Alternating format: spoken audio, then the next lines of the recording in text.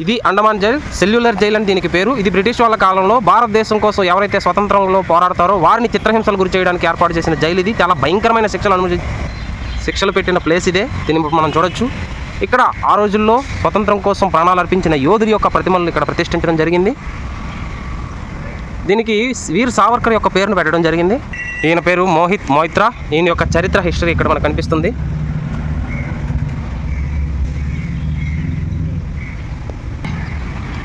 ఈయన మోహన్ కిషోర్ నమాదాస్. ఈయన కూడా ప్రాణాలు అర్పించిన గొప్ప దేశానికి త్యాగమూర్తి. మహావీర్ సింగ్. వీళ్ళంతా చూడొచ్చు మనం. వాళ్ళ ఒంటికి ఉన్న సంఖ్యలతో సహా వాళ్ళ ప్రతిమలను ఏర్పాటు చేశారు. పండిత్ రామ్ రేఖా బాలి, బాబా భాన్ సింగ్. ఈయన గురించి మనం అయితే చరిత్రలో విన్నాము. మిగతా వాళ్ళ గురించి చాలా తక్కువగానే తెలుసు. కానీ కొన్ని లక్షల మంది స్వాతంత్రం కోసం తమ ప్రాణాలు అర్పించిన వాళ్ళు వీళ్ళు పేరుగాంచిన వాళ్ళుగా మనకు కనిపిస్తున్నారు. ఇందూ భూషణ్ రాయ్. చివరిగా వీర్ సావర్కర్. జైలు నుంచి బయటకు వచ్చిన ఒక మొట్టమొదటి వ్యక్తిగా అయింది మనం గమనించవచ్చు. ఇప్పుడు మనం జైల్లోకి అయితే ఎంట్రీ అవ్వబోతున్నాం. సెల్యులర్ జైల్ అండమాన్లో ఉన్నది. దీనికి 100 సంవత్సరాల చరిత్ర ఉంది. ఎయిర్పోర్ట్లో దిగిన తర్వాత మనం డైరెక్ట్గా ఇలా వచ్చేయచ్చు. చాలా దగ్గరలోనే అన్నీ కూడా ఉన్నాయి. Cellular జైల్లోనికి entrance. టికెట్ తీసుకున్నాం, ఇప్పుడు చేస్తున్నాం. సెక్యూరిటీ గార్డ్ మన టికెట్ని ఎంటర్ చేసుకుంటున్నారు. సిస్టమ్ చెడిపోయిందంట, అందుకే హ్యాండ్ రైటింగ్తో ఇచ్చారు టికెట్.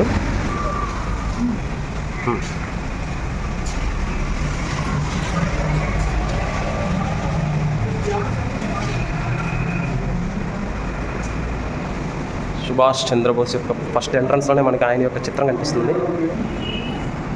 ఇవి నిజమైన ఫోటోలు లాంటివి. కొన్ని తయారు చేసినవి.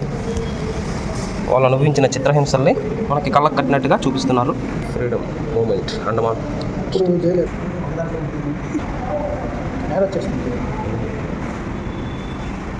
Original copies. ఈ చరిత్రకు సంబంధించిన బుక్స్ ఇవన్నీ కూడా.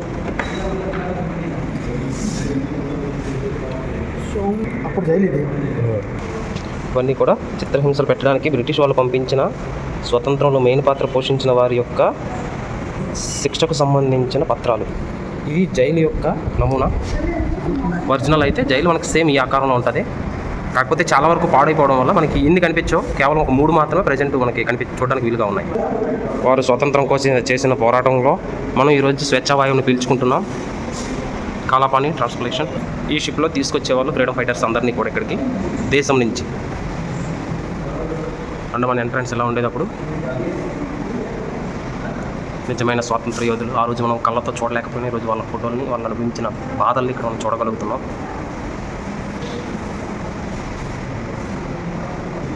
బ్రిటిష్ అధికారులు వీరంతా కూడా రియల్ ఫోటో వర్క్ అవుతున్నప్పుడు ఇదంతా కూడా.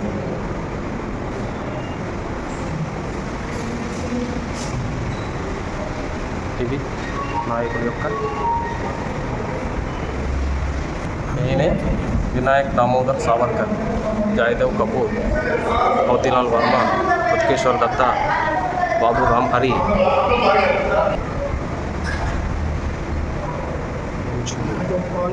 వీరంతా కూడా పేరుగాంచిన నాయకులు అనమాట. అందువల్ల వీళ్ళ ఫోటోలు మాత్రం పెట్టారు. జైల్లో అయితే కొన్ని వేల మందిని అరెస్ట్ చేయడం జరిగింది. వాళ్ళకు వేసిన భయంకరమైన శిక్షల్లోని ఇలాంటివి చాలా చూడొచ్చు.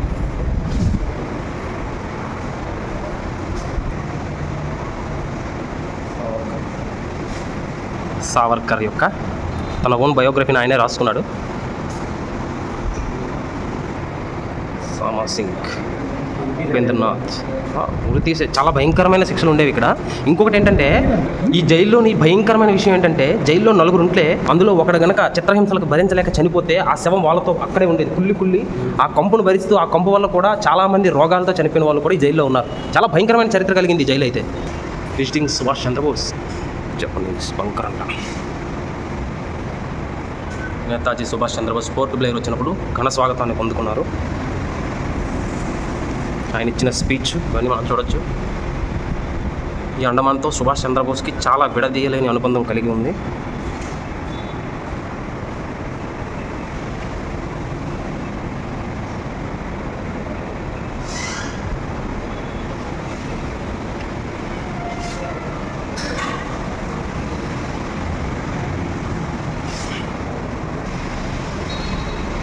వాళ్ళ కోసం వేసిన తాళాలు చూడొచ్చు మీరు. బ్రిటిష్ వాళ్ళు ఉపయోగించిన టోపీలు, బ్రిటిష్ ఆఫీసర్ల యొక్క యూనిఫామ్లు, నాయకుల యొక్క యూనిఫామ్ ఇది. అంటే జైలుకు వచ్చిన నాయకులు, సపోజ్కి మన మహాత్మా గాంధీ అలాంటి వాళ్ళు వస్తే వాళ్ళ కోసం ఏర్పాటు చేసిన ప్రత్యేకమైన యూనిఫామ్ ఇది.